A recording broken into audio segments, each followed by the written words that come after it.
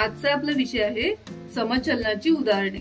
आपण आधीच्या भागामध्ये आपण समचलन म्हणजे काय ते आपण पाहिलं आहे। यामध्ये आपण दोन उदाहरणं पाहणार आहोत। तर पहिलं उदाहरण आहे आपलं m समचलन n आणि m बरोबर 154 असताना n बरोबर 7 आहे।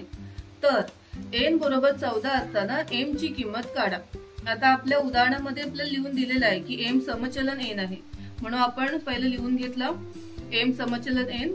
त्यानंतर आपलं जे समीकरण असतं, आपण समीकरण शिकलोय आधीच्या भागामध्ये की m बरोबर k गुणिले n हे आपलं समीकरण आहे। त्याच्या म्हणजे इथे आपली ही जी चल आहे ती बदलत राहणार, म्हणजे a b येईल त्याच्या जागी p q येईल। ठीक आहे, आता ह्याच्यामध्ये आपण किमती घालणार। आपल्याला त्यांनी दोन किमती ऑलरेडी दिलेल्या आहेत। कोणत्या दिल्या आहेत? एक म्हणजे m बरोबर 154 आणि n बरोबर 7।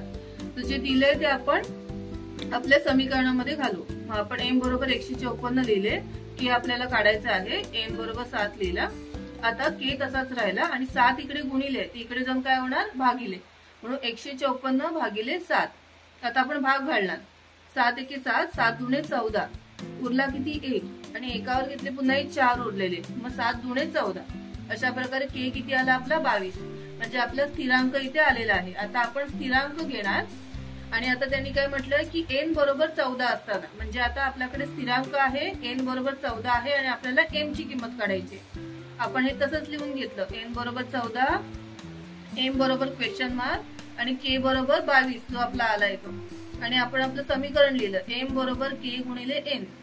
आता त्याच्यामध्ये आपण किमती घालणार। m बरोबर k आलेला 22 आणि n 14 जो त्यांनी दिलाय तो, त्यांचा आपण गुणाकार केला, किती आले?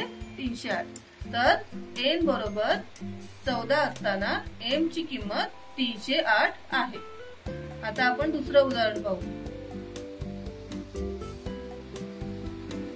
दुसरं उदाहरण आहे आपलं सोयाबीनचे पीक काढण्यासाठी 4 मजुरांना 1000 रुपये मजुरी द्यावी लागते। जर मजुरीची रक्कम आणि मजुरांची संख्या समचलनात असतील तर 17 मजुरांना किती मजुरी द्यावी लागेल? आता आपल्याला सगळ्यात इम्पॉर्टंट काय दिले त्यांनी?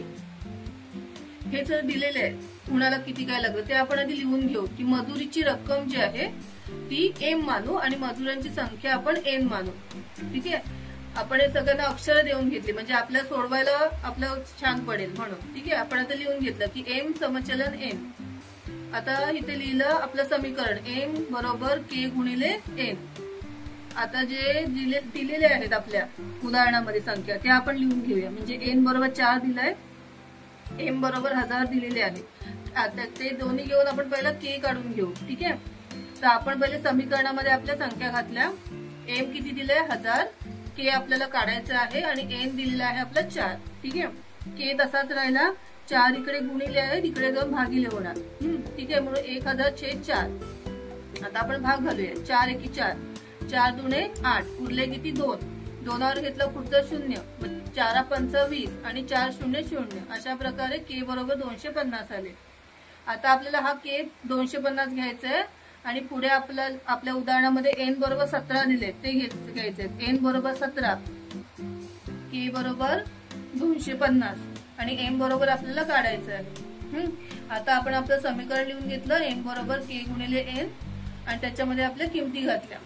k जो आपला आलेला आहे 250 तो आणि n 17 त्यांनी उदाहरणामध्ये दिलेले आहे ते, दोघांचा गुणाकार केला, किती आले? 4250 रुपये। तर जर आपण 17 मजूर घेतले तर त्यांना आपल्याला 4250 रुपये मजुरी द्यावी लागेल। ठीक आहे।